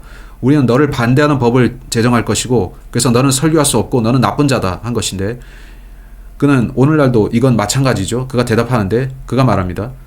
나는 온 세상에 대해서 반대한다. 하하. 그들이 우리는 모두 너를 반대한다 하자 그가 나는 너희 모두를 반대한다 한 겁니다. 그가 뭐라고 했냐면 나와 하나님이 가장 중요하다. 하나님께서는 너희가 틀렸다 하셨고 그걸로 나는 충분하다. 너는 우리 모두를 대적하고 있어 하자 그래 나는 너희를 반대한다. 너희가 내 구원자인 분을 대적하니까. 그는 누구 편에 있었던가요? 주님이죠. 그는 그 이름을 부인하지 않았습니다. 그래서 그는 잡혀서 금속 황소 안에 넣어져서 불태워졌습니다. 그건 이교도들이 그들이 신에게 바치는 제물이었죠. 그들은 속이 빈 큰 황소 형상에다가 사람을 넣고 그 밑에 불을 지펴서 예수님 그리스도의 순교자로 그를 화형시켰습니다. 그건 주님께 쓴 향수와 같았습니다. 주께서는 그를 칭찬하셨죠. 제 생각에 주께서는 지금도 그런 사람을 찾고 계실 것 같습니다. 크리스찬들은 발언하면 안 돼. 저들은 완고한 자들이고 우리를 싫어한다. 저들은 우리의 생활 방식을 반대한다. 아닙니다. 우리는 단지 당신들에게 좋은 걸 이야기하고 있습니다. 이건 하나님이 하신 말씀이고 성경은 창조자 하나님께서 당신들이 이런 식으로 살지 말라고 하셨습니다. 왜 거부하십니까? 그들이 죄인이고 마귀들을 따르기 때문에 듣지 않으려 합니다. 우리는 그들을 사랑하기에 도우려 하는 거고요. 안타깝지만 오늘날 사람들은 안디바 같은 사람을 죽이려 합니다. 참지 못하고요. 주님께서 지체하신다면 그들은 크리스찬들을 죽이려 할 겁니다. 그런 말 하긴 싫지만 저는 역사에서 그런 걸 봅니다. 계시록 2장으로 돌아와서 본문이 안디바에 대해 어떤 칭찬을 하는지 보세요. 역사적으로 이 기간에 그들은 예수님을 위해 박해당했습니다. 그들은 나도 안디바처럼 되겠다 했던 거죠. 그래서 그런 일이 그 당시 있었지만 장차 반복되는 걸 봅니다. 흥미롭죠? 삼중 적용됩니다. 우리는 발람의 교리에 대해 말할 시간이 충분했으면 하는데요. 여기 14절에 말씀하죠. 예수께서는 사탄이 거한다. 두 번에 걸쳐서 사탄이 버가모에 거한다 하십니다. 14절입니다. 그러나 내가 너를 책망할 것이 몇 가지 있나니 이는 거기에 발람의 교리를 붙잡는 자들이 내게 있기 때문이라. 그가 발락을 가르쳐 이스라엘 자손 앞에 걸림돌을 놓게 하고 우상들에게 희생물로 바친 것들을 먹게 하며 또 음행하게 하였느니라. 지난주 우리는 음행의 죄에 대해 봤는데 여기 다시 나옵니다. 음행은 잘못된 것입니다. 하나님께서는 사람들이 바르고 거룩한 방식으로 살기를 원하십니다. 결혼하고 음행하지 마세요. 음행은 주님께 악취를 내는 것과 같습니다. 그들은 잘못 행했고 그들은 우상에게 바친 음식을 먹기 시작했습니다. 우리는 지금 그런 것에 대해서는 염려할 필요가 없는데 우리는 정육점에 가서 그 주인이 이거 방금 손질한 고기인데요. 이건 방금 우상에게 바쳤던 겁니다. 이걸 좀 더 싸게 드리겠습니다. 할 때 그거 먹어도 상관없습니다. 하지만 당시에는 그게 중요했습니다. 많은 크리스찬들이 저는 우상에게 바쳐진 그 음식을 먹지 않겠습니다 했는데 바울은 뭐라고 했습니까? 바울은 우리가 기도하면 하나님의 말씀에 의해 그것이 거룩하게 된다 했죠. 하지만 그는 자신의 형제들을 실족하게 하기를 원치 않는다고도 했고요. 음식으로 인해 다른 형제들을 넘어지게 한다면 세상에 있는 한 고기를 안 먹겠다 했습니다. 당신이 하는 어떤 일이 다른 성도를 실족시킨다면 그게 우상에게 바친 음식을 먹는 일이라면 먹지 말아야 합니다. 이건 간증에 대한 것인데 간증을 위해서죠. 그 당시 영지주의자들이 많이 나타났는데 그중 다수가 니골라당이었고 그들은 음행했습니다. 그들은 우상에게 바친 음식을 먹었습니다.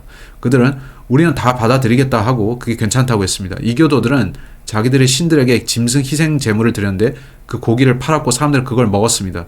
그건 즉 그들이 세상과 결혼해서 괜찮아 우리는 세상과 보조를 맞춰 가겠어 했던 겁니다. 하나님이 그걸 원하실까요? 그는 우리가 성별되어 있기를 원하십니다. 주께서는 내가 온 세상을 대적한다고 한 그 남자를 칭찬하셨습니다. 그렇다면 우리 크리스찬들은 어떻게 해야 합니까? 거룩하고 구별되어 있어야 합니다. sanctification은 거룩해진다는 뜻인데 분리는 뭔가요? 거룩함은 구별되어 있는 건데 우리는 세상과 떨어져 있어야지 그것과 합해서는 안 됩니다. 안타깝지만 많은 크리스찬들이 세상적입니다. 그런 말씀이고 그러나 내가 너를 책망할 것이 몇 가지 있나니 이는 거기에 14절을 보세요. 너를 책망할 것이 몇 가지 있나니 이는 거기에 발람의 교리를 붙잡은 자들이 내게 있기 때문이라. 우리가 발람의 교리를 다루려면 1시간 반은 걸릴 겁니다. 대다수 교회가 이것에 대해서 설교하거나 강의하지 않습니다. 저는 유튜브에 발람과 발람의 교리에 대해 올렸는데요. 시간 되면 그걸 보시기 바랍니다. 우리는 정확히 지금 그것과 같은 것이 있는 걸 보고 있습니다. 성경에서 저는 시간상 읽지 않겠는데 신약 성경에서 발람이 3번 언급됩니다. 베드로후서 2장 15절에서 발람의 길이 나오고 유다서 11절에서는 발람의 잘못, 지금 보는 계시록 2장 14절은 발람의 교리가 나옵니다. 그게 뭔가요? 여러분이 민수기를 보시면 21장에서 23장 사이에 나오는데 모압 왕 발락이란 자가 있었습니다. 발락은 모압의 왕이었는데 발람의 교리가 뭔지 알기 위해서는 여러분이 이 본문을 읽고 신약도 읽고 그 행간을 파악해야 합니다. 아주 간단히 파악되는데요. 발람은 대언자였고 성경은 그가 거짓 대언자였다 또는 참 대언자였다 구별해서 언급하지는 않습니다. 저는 그가 주님의 대언자였던 것으로 말씀한다고 보고요. 그 왕이 발람에게 가서 말합니다. 이스라엘이 우리 땅으로 들어왔는데 저들은 원래 거민들을 제거하고 자기들이 여기 거하려 한다고 합니다. 그 이유는 그들이 하나님 말씀을 따랐기 때문이죠. 하나님께서 내가 저 족속들을 심판할 텐데 저들이 악하다. 너희는 전쟁을 통해 저들을 몰아내고 그 땅을 차지해라 하시죠. 그렇게 그들이 들어가는데 이 모압 왕은 두려움에 사로잡혔죠. 그래서 그는 대언자 발람을 찾아가서 이 백성을 주님께 좀 저주해달라. 하나님께서 저들을 저주하시게 해달라 하는데 그렇게 하려고 했으나 주께서는 그 청을 거부하십니다. 이 왕은 화가 치밀었습니다. 내가 당신에게 돈을 주고 뭐든 주려고 했다. 하지만 그는 저주할 수가 없었고 그건 불가능했습니다. 나중에 그는 왕에게 어떤 조언을 해주고 그래서 보상을 받았습니다. 그가 이스라엘을 직접적으로 저주하는 건 불가능했지만 그는 왕에게 말합니다. 아직 제한이 유효합니까? 그래, 저 백성이 저주받는다면 난 당신에게 보상할 거다. 그러자 그는 오케이, 제가 그들을 저주하지는 못하지만 하나님께서 저들을 저주하시게 한 방법은 압니다. 이대로 하시면 주님께서 저들을 버리십니다. 발람의 길, 발람의 잘못, 발람의 교리는 발람이 왕에게 준 충고와 관련이 있습니다. 그것은 최악의 종류였는데 죄짓게 하는 것이었습니다. 발람은 저들이 죄를 지으면 하나님께서 저들을 심판하실 걸 알았습니다. 그는 내게 돈을 주면 저들을 어떻게 죄를 짓게 만들지 알려주겠습니다 한 건데 그가 말한 방법이 뭐였나요? 이스라엘을 몰락시킬 수 있는 그 방법은 뭐였나요? 왕은 기본적으로 우리가 어떻게 이스라엘을 멸망시킬 수 있는가 물었었던 겁니다. 하나님의 백성인 유대인과 섞이시고 그들과 결혼하게 하십시오. 그러면 하나님께서 그 일로 그들을 저주하실 것입니다. 하나님께서는 이스라엘에게 너희는 내 백성이기 때문에 이교도들과 섞이지 마라 하셨는데 그들은 다시 이교도들과 섞인 겁니다. 그 일의 배후에 누가 있었나요? 어떤 한 설교자가 있었죠. 한 설교자가 말하길 저 번영 복음이 있는데 당신이 저를 번영케 해주면 당신들이 이 세상과 어울려 사는 건 괜찮다고 말해주겠습니다. 아닙니다. 그러면 안 됩니다. 그런 일이 있었고 이로 인해 이스라엘은 멸망할 위기를 겪습니다. 이 발람이라는 자는 사악한 짓을 했습니다. 제 유튜브 영상에서 발람의 죄라는 제목으로 찾아보십시오. 거기 더 자세히 보실 수가 있고, 근데 발람의 죄가 뭐였나요? 하나님께서 한 민족을 소유하셨는데 그들이 주님을 섬기기를 그분은 원하셨습니다. 하나님께 성별된 그 민족을 어떻게 멸망시킬 수 있을까요? 그들에게 거짓 신과 풍습들을 갖고 들어가서 그걸 섞어버리는 겁니다. 그러면 그들은 하나님을 버릴 것이고요. 미국에 그런 일이 일어났습니까? 우리는 지금 그런 상태입니까? 기본적으로 발람의 죄는 문을 열고 외부의 다른 신들과 종교들을 받아들이게 하는 것이었죠. 그렇게 그들은 하나님의 백성을 파괴시키려고 했습니다. 버락 오바마가 했던 말 중에 우리는 더 이상 기독교 국가가 아닙니다. 그 말 기억하세요? 흥미롭죠? 민수기 25장에 보여드리겠는데 여러분은 행간을 읽을 줄 알아야 합니다. 저는 발람이 했던 말이 뭔지 보여드리겠습니다. 행간을 보시면 우리는 이 이야기 이후에 무슨 일이 있었는지를 압니다. 그 일어났던 일은 이스라엘 자손이 모압 사람들과 성적으로 섞인 것이었습니다. 그들이 섞이자 저들이 거짓 신들을 받아들였습니다. 이로 인해 하나님께서 질투하셨죠. 발람은 기본적으로 저들과 결혼하십시오 했습니다. 숱한 결혼. 그들과 결혼하고 이로 인해 하나님께서 저들을 심판하시게 해라. 그들이 너희 신들을 받아들이고 너는 그들의 하나님을 거부해라. 그런 일을 우리가 보죠. 민수기 25장 1절로 3절. 이스라엘이 시팀에 머물러 있는데 이때 백성이 모압의 딸들과 행음하기 시작하니라. 음행했죠. 그들이 자기 신들에게 희생물을 드리는 곳으로 백성을 부르매 백성이 먹고 그들이 신들에게 절하니라. 왜 그런 거죠? 왜 이스라엘 사람들은 참 하나님을 버렸던 걸까요? 이스라엘이 스스로 바알 부올에게 연합하였으므로. 재밌는 것은 페올이 스페인어로 worse라는 겁니다. 혹은 bad, wrong의 뜻이죠. 주의 분노가 이스라엘 향해 타올라. 이제 4절로 9절 보세요. 주께서 모세에게 이르시되 백성이 모든 우두머리들을 붙잡아 해를 향해 주 앞에 목며 달라. 그러면 주의 맹렬한 분노가 이스라엘에게서 떠나리라 하시니. 모세가 이스라엘의 재판관들에게 이르되 너희는 각각 바알 부올에게 연합한 자기 사람들을 죽이라 하니라. 기억하십시오. 이 이교도들은 어떻게 숭배했나요? 성적 행음을 곁들여서 했죠. 따라서 그들이 와서 헤이 우리 죽이지 마세요. 우리는 당신들과 연합되기를 원합니다. 했고 갑자기 이제 우리와 함께 경배합시다. 그리고 나서 같이 성관계합시다 한 거죠. 그게 뭐냐면 하나가 되려 한 거죠. 또 보라 이스라엘 자손 중 온 회중이 성막 문 앞에서 울 때 이스라엘 자손 중 한 사람이 모세의 눈앞과 온 회중의 눈앞에서 미디안 여인 하나를 자기 형제들에게 데려오므로 그들 중 한 명이 아주 대담해져서 이리와 허니 하고는 그들이 들어가서 그 짓을 한 거죠. 그러자 유대인 중에 한 남자가 아주 화가 나서 이거 안 돼. 하나님께서는 우리가 이런 일을 하지 말라고 하셨어 하면서 근데 그가 했던 일을 지금 하라는 건 아닙니다. 우리는 지금 음행자들을 칼로 죽이진 않습니다. 오케이? 근데 보세요. 제사장 아론의 손자여 엘라사의 아들인 비느하스가 그것을 보고는 회중 가운데서 일어나 손에 창을 들고 제블린은 스피어입니다. 그 이스라엘 남자를 따라 장막에 들어가 그들 두 사람 곧 그 이스라엘 남자와 그 여인의 배를 꿰뚫으니 이에 재앙이 이스라엘 자손에게서 그치니라. 그들은 우리가 이러면 더 이상 안 되겠구나 했죠. 옛날 목사들은 음행에 반대해서 설교했습니다. 오늘날은 그렇게 많이 설교하지 않는데 무슨 일이 있었는지 보세요. 하나님께서 모압 사람들과 결합한 이 불순종으로 인해 이스라엘에게 역병을 보내셨습니다. 9절. 그 재앙으로 죽은 자들이 24,000명이더라. 24,000명이 무엇 때문에 죽었다고요? 그게 죄인 걸 믿으십니까? 그건 하나님이 미워하시는 죄입니다. 오늘날 사람들은 그걸 수용하고 아무 말도 하지 않습니다. 안타깝죠. 하나님께서는 백성이 음행하는 걸 원치 않으셨습니다. 하나님께서는 자기 백성이 그런 걸 원치 않으십니다. 하나님께서는 그의 백성이 세상과 섞이고 세상 신들을 받아들이는 걸 원치 않으십니다. 안타깝게도 우리는 오늘날 음행에 반대하는 설교가 그리 많지 않은 것을 봅니다. 제가 온두라스에 있을 때 제게 온두라스 말을 가르쳐준 언어 교사 2명이 있었습니다. 한 명은 현지 사람이고 또 한 명은 스페인 출신의 사람이었습니다. 제게 스페인어를 가르쳐줬죠. 저는 하이스쿨에서 스페인어 4년 배웠지만 많이 몰랐기 때문에 온두라스에서 개인 교사를 두고 배웠습니다. 그중 한 명은 토마스라 했는데 잊을 수 없습니다. 토마스 산체스라 합니다. 그는 제게 스페인어를 가르치고 저는 그에게 성경을 알려주려고 했습니다. 그는 구원받지 못한 잃어버린 카톨릭 교도였는데요. 한번 우리가 음행에 대해서 대화했는데 그는 자신이 많은 여자들과 잤다고 떠벌렸고 저는 그만하라고 했습니다. 성경은 그게 죄라고 한다고 음행은 죄야 했고 저를 보는 그의 표정은 그런 말을 마치 처음 듣는다는 듯 했죠. 그건 아주 자연스러운 거예요. 다들 하는데요. 성경의 하나님께서는 그거 아주 싫어하신다고. 그는 그걸 이해하지 못했고 제 말이 굉장히 어리석다 생각했던 것 같습니다.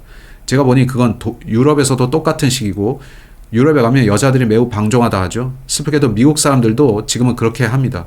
여러분이 누군가에게 당신은 혼전 성관계 하면 안 됩니다 하면 그들은 비웃을 겁니다. 웃기다고 하겠죠. 제 조부모님들, 당신들 조부모님들은 그게 잘못된 걸 알았는데요. 제 할머니는 Don't say the D word를 했는데 그건 divorce, 즉 이혼을 뜻하는 거죠. 그게 나쁜 말이라는 겁니다. 음행도 마찬가지인데 나쁜 단어입니다.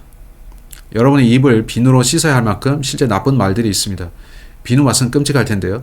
따라서 왜 지금은 그걸 받아들이고 전에는 아니었을까요? 그들은 섞였습니다. 세상이 그들의 부도덕함을 교회 안으로 유입시켰고 교회는 더욱 부도덕해졌습니다. 그래서 안디바 같은 사람들이 더 나타나야 합니다. No. 그건 잘못된 거예요. 여기서 선을 긋고 더 나아가면 안 됩니다. 할 사람이 필요합니다. 아멘. 성경은 그렇게 말씀하죠. 이제 메신저를 공격하지 마십시오. 제 말은 많은 사람들이 성경을 싫어하지만 여러분이 성경을 따라야 행복하다는 겁니다. 그렇지 않으면 불행할 거고요. 여러분이 결혼 때까지 기다린다면 더 행복할 겁니다. 결혼 때까지 기다리지 않으면 많은 후회가 있을 거고요. 최선의 길은 여러분의 아이들에게 음행을 멀리하라고 훈육하는 겁니다. 자신도 그걸 멀리하고요. 하나님께서는 그 죄를 미워하십니다. 얼마나 싫어하시는지 그는 24,000명을 죽이셨죠. 어쨌든 계시록 2장으로 돌아와서 그건 생각해 볼 문제였죠. 그러나 내가 너를 책망할 것이 몇 가지 있나니 이는 거기에 발람의 교리를 붙잡는 자들이 내게 있기 때문이라. 그가 발락을 가르쳐 이스라엘 자손 앞에 걸림돌을 놓게 하고 발람이 가르친 게 뭐였다고요? 가서 섞이라 하는 거였죠. 그들과 섞이기만 하면 다 잘 될 것이다. 섞여서는 안 되는 것들이 있습니다. 결혼에 관해 하나님께서 어떻게 말씀하셨나요? 피부색이 뭔지에 상관없지만요. 한데 하나님께서 뭐라 하셨냐면 불신자와 결혼하지 말라 하셨습니다. 당신이 구원받았으면 구원받은 사람과 결혼하라는 거죠. 구원받지 않은 사람과 결혼하면 문제가 일어나기 때문에 신자와 결혼하세요. 그가 발락을 가르쳐 이스라엘 자손 앞에 걸림돌을 놓게 하고 우상들에게 희생물로 바친 것들을 먹게 하며 또 음행하게 하였느니라. 따라서 음행을 하지 마세요. 이제 15절 보세요. 이와 같이 내게도 니골라 당의 교리를 붙잡는 자들인데 내가 그것을 미워하노라. 이에 관해 우리가 뭘 얘기했죠? 6절이었는데 그러나 내게 이것이 있으니 그것은 곧 내가 니골라 당의 행위를 미워하는 것이라. 나도 그것을 미워하노라. 그게 뭐라고요? 다시 말해 음행입니다. 기독교 신앙과 음행이 매칭되나요? 여러분은 교회에 와서 음행할 상대를 물색하면 안 됩니다. 근데 오늘날 많은 교회들에 싱글 클래스가 있고 또 연애 클래스 같은 게 있는데 데이팅 클래스, 저는 남침내 교회에 구원받지 못한 어떤 사람들을 압니다. 그들은 저는 누구를 만나러 교회 갑니다 하는데 누군가 한동안 즐기다가 또 상대가 바뀝니다. 어느 목사도 음행에 대해 설교하지 않기 때문에 그들은 음행 상대를 물색하러 교회 갑니다. 역겹지 않나요? 그건 지금인데 바로 지금 우리는 교회들 안에서 그런 걸 봅니다. 그런 것에 반대해서 일어나 말할 사람이 더 필요합니다. 아멘. 그러기를 바라는데 이런 세상에 우리가 산다는 게 참 슬픕니다. 그래서 홈스쿨링을 하는 사람들이 많은데 그건 이교화된 세속학교 때문입니다. 방과 후 사탄클럽, 방과 후의 사탄클럽. 그들은 점점 더 많이 들여오고 크리스찬들이 어디까지 용납해야 할까요? 로라에게 한 친구가 있는데 그녀가 한번 제게 말했습니다. 그 친구는 자기 딸을 세상 학교에 보내야 하는지를 놓고 얘기를 했는데 그게 얼마나 끔찍한지 말이죠. 끔찍하게도 온통 거기서 서로 동침하고 다닌답니다. 그럼 모든 걸 보면 참 슬픕니다. 당신의 아이들을 그런 데서 지키기 위해서 홈스쿨링 하는 건 참 좋습니다. 온라인 계속 보면서 마치겠습니다. 15절. 이와 같이 내게도 니골라 당의 교리를 붙잡는 자들이 있는데 내가 그것을 미워하노라. 우리는 니골라 당의 교리가 뭔지 이미 봤습니다. 그건 지난 시간이었죠. 그들은 음행자, 간음자들이었고 16절 회개하라. 회개에는 몇 가지 뜻이 있습니다. 회개는 마음을 바꾸는 걸 뜻합니다. 마음을 바꿔서 어떤 것을 더 이상 하지 않는 겁니다. 난 더 이상 그것을 하지 않겠어 라고 마음을 확정하는 거죠. 그건 뭔가에 대해 유감을 느끼는 것이기도 합니다. 여러분 자신이 했던 어떤 일에 대해 유감을 느껴야 합니다. 그리하지 아니하면 or else 이게 무슨 말인가요? 부모님들 중에 이렇게 말하는 분들 많죠. or else 너 이렇게 해. 안 그러면 저도 그런 말 듣고 자랐는데 회개해라. 그리하지 아니하면 이거 하나님이 하신 말씀입니다. 그리하지 아니하면 내가 속히 내게 가서 내 입의 검으로 그들과 싸우리라. 주목할 것은 내가 너와 싸우리라 하지 않으셨다는 겁니다. 교회 안에서 모두가 잘못된 것은 아니지만 그는 누구와 싸우겠다 하신 겁니까? 교회 안에 있으면서 죄 가운데 사는 자들입니다. 그들은 구원받지 못한 채 들어온 게 분명하고 구원받았으면서 음행을 행할 수도 있을까요? 네, 구원받았지만 잘못 살 수도 있습니다. 하지만 그래야 되나요? 크리스찬이 죄를 지으면 무엇을 잃어버리나요? 간증입니다. 많은 경우에 기쁨을 잃어버립니다. 하늘의 보상. 근데 구원을 잃어버릴 수 있나요? 바울은 아니라고 합니다. 그러나 당신은 주께 향기로운 냄새를 잃어버릴 수 있고 주께서는 뭐라 하십니까? 전 이게 놀라운데 3장에서 라오디게아에 대해서 봅시다. 3장 15절 라오디게아 내가 내 행위를 아노니 내가 차지도 아니하고 뜨겁지도 아니하도다. 나는 내가 차든지 뜨겁든지 하기를 원하노라. 그런즉 내가 이같이 미지근하여 차지도 아니하고 뜨겁지도 아니하므로 내가 내 입에서 너를 토하여 내리니. 예수께서 그 교회에게 뭐라 하십니까? 말 그대로 내가 너희를 토하여내고 싶다. 성경 영어 표현 중에 토하다라는 vomit이라는 뜻을 가진 단어가 얼마나 많은지 아십니까? vomit, throw up, buick, hurl. 저는 많이 잊어버렸는데 여러분을 토하게 만드는 게 뭡니까? 제가 여기서 누군가 토하는 걸 본다면 저는 토하지 않았는데 다음 주에도 제 앞에서 그들이 토를 한다면 저는 제 냄새를 맡아보고 하겠죠. 냄새입니다. 냄새가 구토를 유발합니다. 여러분이 누군가와 음행하면 그게 악취가 되는 걸 아십니까? 그건 부정함이고요. 저는 주를 위해 살고자 하고 물리적 영적으로 나쁜 냄새가 아닌 좋은 냄새를 내고자 합니다. 무슨 말인지 아시죠? 세상은 너무 나빠지고 있기에 성적 죄악에 있어 극으로 가고 있습니다. 더 자세히 말하지는 않겠는데 제 아내가 싫어하기 때문에. 한데 여러분이 동성애 같은 죄에 빠지기 시작하면 그건 정말 심한 악취를 내는 겁니다. 제가 그걸 놔두고 아무 말도 하지 않을 수 있나요? 생각해 보세요. 그 냄새를 맡으면 저는 토하고 싶겠죠. 누군가 그러는 걸 본다면요. 그들은 주님께 나아와야 합니다. 자신을 정결하게 하고 죄는 사람을 더럽힙니다. 죄는 사람을 더럽게 만듭니다. 제가 이런 말을 하는 게 참 그렇습니다. 여러분의 오감을 작동시키세요. 눈으로 성경을 보고 귀로 성경을 들으며 냄새를 맡죠. 냄새가 이상하면 좋은 게 아닙니다. 그런 생각 안 해보셨나요? 어쨌든 마무리 지어 봅시다.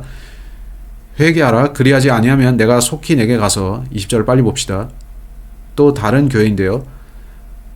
그럼에도 불구하고 내가 너를 책망할 것이 몇 가지 있으니 이는 내가 이세벨이라는 그 여자를 용납하기 때문이라. 그 여자가 자기를 여대언자라 하며 내 종들을 가르쳐 꿰어 행음하게 하고 또 우상들에게 희생물로 바친 것들을 먹게 하는도다. 여기 또 사악함으로 가득한 한 교회를 보게 되는데요. 이 당시에 여자 목사가 있었고 그녀는 음행하는 건 괜찮다 했습니다. 내가 그녀에게 그녀의 음행을 회개할 기회를 주었으나 그녀가 회개하지 아니하였으므로 하나님은 은혜가 있으십니다. 누군가 입으로 죄를 지을 때마다 하나님께서 그를 치시면 어떻게 될까요? 누가 살아있겠나요? 그러나 하나님께서는 은혜로우시고 그들이 약간 죄짓고 거기서 돌아서고 그러다 담대해져서 점점 더 많이 죄짓고 그렇게 하죠. 은혜는 좋은 점과 나쁜 점이 있습니다. 한데 16절에서 본문은 회개하라. 그리하지 아니하면 내가 속히 내게 가서라 하죠. 21절에서 하나님께서는 누군가에게 회개할 기회를 주시는데 그들은 거절합니다. 여러분은 자신이 잘못 행했을 때 그것이 즉시 바로 심판받을지 아니면 나중에 심판받을지 모릅니다. 또 최악의 경우는 기다리는 겁니다. 안 그렇나요? 그게 언제 올지를 모르면서요. 최선은 하나님과 속히 바른 관계를 갖는 겁니다. 하나님께서는 회개하라. 그리하지 아니하면 내가 속히 내게 가서라 하시는데 이게 무슨 말씀인가요? 저는 그들이 그때 바로 잡혀졌길 바랍니다. 하나님께서 그들에게 쓰셨는데 그때 그들이 바로 잡혔길 바랍니다. 그러지 않으면 주님이 속히 오신다 했죠. 내가 속히 내게 가서 내 입의 검으로 그들과 싸우리라. 누구와 싸운다는 건가요? 그 당시 영지주의자들을 말하는데 한 번은 제가 도서관에 갔습니다. 전 도서관 가는 걸 꽤 즐기는데 대단한 책들을 발견할 때가 있죠. 한데 그들이 좋은 책들을 다 제거하는 거 아세요? 매달 그들은 책 세일을 하면서 좋은 책들을 없애버립니다. 책장에 남은 것들은 새로 나온 끔찍한 책들인데 그때 저는 페사콜라 도서관의 종교서적 코너를 돌아봤습니다. 거기 성경이 있어야 할 자리에 킹제임스 성경이 없었습니다. 끔찍했죠. 저는 다른 것들을 살펴봤는데 거기에 성경에 대해 쓴 책들 대부분은 얼맨이라는 사람이 쓴 것이었죠. 그 대단한 이 R은 성경과 하나님의 능력을 몰랐고 그 사람의 이름은 얼먼이었죠. 여러분이 그를 아실 수도 있는데 그는 본문 비평가인 학자들 중 하나이고 성경 비평가이죠. 그의 책들 중 하나가 영지주의 복음서를 다룬 것인데 오늘날 그들은 킹제임스 성경에는 필요한 게 다 들어있지 않아. 저기에 다른 성경의 책들도 있는데 그거 보라고 영지주의 책들이 최고야 하죠. 영지주의자들은 당신에게 음행하라고 가르치는 자들인데 그들은 마귀 들린 음행자들이죠. 그들은 사람들을 일곱 교회의 잘못된 부분으로 돌이키려고 합니다. 하나님께서 교회들에게 가라고 하신 그 방향과 반대로 가면서요. 저는 그게 놀랍습니다. 이렇게 영지주의자들과 니골라당을 보는데 그들은 악했습니다. 하나님께서는 내가 가서 그들과 싸우겠다 하십니다. 하나님께서 그들을 대적하신다면 우리도 그래야 하죠. 저는 영지주의나 그 가르침을 따르지 않습니다. 저는 니골라당과 갖고 싶지 않고 저는 안디바와 갖고 싶습니다. 그렇게 하면 그들이 저를 죽일 수도 있지만 최소한 저는 제가 사탄의 쪽이 아니라 바른 편, 하나님의 편에 서 있는 걸 알게 되겠죠. 불행히도 많은 사람들이 사탄을 따르려 합니다. 이제 하나님께서 정확히 언제 누구와 검으로 싸우신다는 겁니까? 내 입이 검으로 그들과 싸우리라. 언제 그렇게 합니까? 제가 계시록은 삼중적 적용이 된다고 했죠. 그분의 입에서 칼이 나오는 그때는 바로 저 때입니다. 그건 즉 하나님께서 이들에게 말씀하시기를 너희는 대환란을 통과하고 있는데 너희는 영지주의자로 들에게 가면 안 된다. 대환란 때 올바로 살지 않으면 내가 돌아와서 이렇게 하겠다 하는 거죠. 계시록 19장을 보고 마치겠습니다. 계시록 19장 15절 19장 15절 13절에서는 예수 그리스도를 하나님의 말씀이라 언급하죠. 15절 그분의 입에서 예리한 검이 나오므로 그분께서 그 검으로 민족들을 치시고 친히 쇠 막대기로 그들을 다스리시며 또 친히 전능자 하나님의 맹렬한 진노의 포도즙 틀을 밟으시리라. 그분께서는 자신의 옷과 넓적다리에 왕들의 왕, 주들의 주라고 기록된 한 이름을 가지고 계시느니라. 그분께서 자신의 칼로 싸우십니다. 21절에서 우리는 아마겟돈을 보고요. 그 남은 자들은 말 타신 분의 검 곧 그분의 입에서 나온 검으로 죽임을 당하니 모든 날짐승들이 그들의 살로 배를 채우더라. 계시록 2장으로 돌아와서 이건 하나님께서 요한 당대라는 특정 시기의 특정 지역교회에게 말씀하신 것이기도 하고 또한 그것은 영적으로 교회 시대에도 적용할 수 있습니다. 근데 마지막으로 그것은 하나님께서 이 부분은 환란을 통과하는 저 사람들에게 내가 말한 것이다 하는 거죠. 마지막 구절에서 우리는 그 부분을 봅니다. 17절 말입니다. 17절은 교회 시대와 전혀 맞지 않습니다. 귀 있는 자는 성령께서 교회들에 말씀하시는 걸 들을지어다. 이기는 자에 대한 것은 끝까지 견디는 자를 위한 대환란 복음의 메시지와 같습니다. 우리는 이기는 게 아니라 구원받았죠. 우리는 구원받았으면서 이미 승리했고 잃어버리지 않습니다. 성경 우리가 정복자들보다 낫다고 하는데 전 이기려고 애쓰는 게 아니라 그리스도를 통해 이겼습니다.